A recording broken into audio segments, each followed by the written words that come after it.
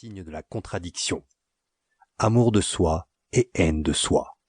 Amour des autres et haine des autres. Peur de la solitude et peur de l'intimité. Agitation et désir de stabilité. Très bonne humeur et colère ou abattement soudain. Et cette contradiction se fait sentir dans l'environnement social à travers le comportement du malade. Le syndrome borderline n'est pas toujours aussi inquiétant, car il existe plusieurs degrés de gravité, mais la situation n'est en aucun cas simple. Cependant, le trouble borderline n'est pas une fatalité à laquelle il faut se soumettre. Il s'agit d'un trouble psychique qui repose sur l'apparition de schémas de pensée négatifs suite à de mauvaises expériences. Ces schémas de pensée peuvent toutefois être altérés et le comportement peut être entraîné, tout comme la gestion des émotions. En d'autres termes, il est possible de convaincre le trouble borderline si l'on y travaille.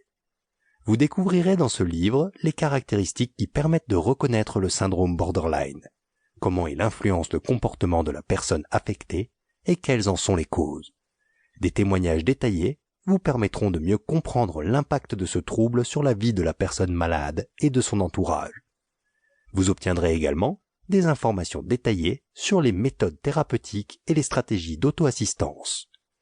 Les proches découvriront comment le syndrome borderline peut affecter leur propre psychisme et acquerront de précieux moyens d'interaction et de communication avec les malades. Dans le chapitre bonus, vous trouverez des histoires motivantes et des conseils qui vous aideront à surmonter ensemble la maladie borderline. Avertissement.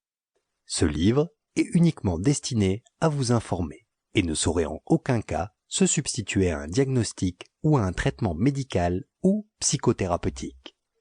Il a pour seul but de vous donner un aperçu plus précis du trouble de la personnalité borderline et de vous informer sur la manière dont vous pouvez mieux gérer cette maladie. Toute utilisation de ce guide à des fins d'autothérapie se fait sous votre propre responsabilité. Aucune garantie n'est donnée quant à l'efficacité des exercices et à l'exactitude des informations.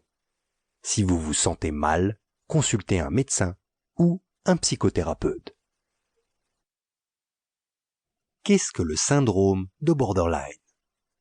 Quiconque a une certaine maîtrise de l'anglais peut déjà se faire une idée de ce qu'est le syndrome borderline. Borderline signifie limite.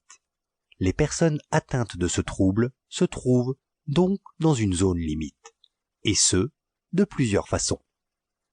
Une vie de déchirement.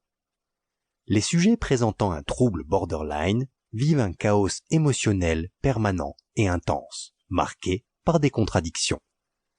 Ils sont exubérants, parfois proches de l'eau et aspirent à l'amour. Cependant, ils sont également irascibles, ne peuvent pas contrôler leurs réactions et se sentent très vite agressés. Ils souhaitent être compris et trouver des personnes en qui ils peuvent vraiment avoir confiance, mais ils ont du mal à se mettre à la place des autres, ont tendance à tout ramener à eux et soupçonnent à la moindre occasion que leur entourage ne les aime pas ou leur veut du mal. En apparence, ils semblent souvent sûrs d'eux, prospères et forts, mais à l'intérieur, ils se sentent faibles et peu sûrs d'eux. Ils ne savent même pas qui ils sont en réalité, car ils n'ont jamais pu développer leur propre identité. Ou alors, ils l'ont refoulée très profondément à l'intérieur et l'y ont enfermée. On comprend maintenant pourquoi le syndrome borderline fait partie de la catégorie des troubles de l'identité ou des troubles du moi. Il va de soi qu'un malade de type borderline dispose en son fort intérieur d'un moi propre, mais il n'a que peu ou pas de contact avec lui. Il a donc besoin de la reconnaissance de ses semblables pour avoir le sentiment d'avoir une identité. Il n'est donc pas étonnant qu'il règne un tumulte permanent dans la tête des personnes atteintes, car pour être sûr de soi et serein, il faut se connaître et s'aimer. Or, les personnes borderline ne s'aiment pas, même si elles semblent s'aimer dans certaines phases. Au contraire, elles se détestent véritablement. Elles supposent que les autres les détestent également, car elles pensent au fond de leur inconscient qu'elles ne sont tout simplement pas aimables. C'est pourquoi, d'une part, elles adoptent vis-à-vis de leur entourage un comportement accaparant et restrictif, et s'efforcent de leur plaire. Tandis que, d'autre part, Pour continuer à écouter ce livre audio gratuitement, cliquez sur le lien dans la description et vous pourrez l'écouter en entier sans frais grâce à l'essai de 30 jours d'Audible.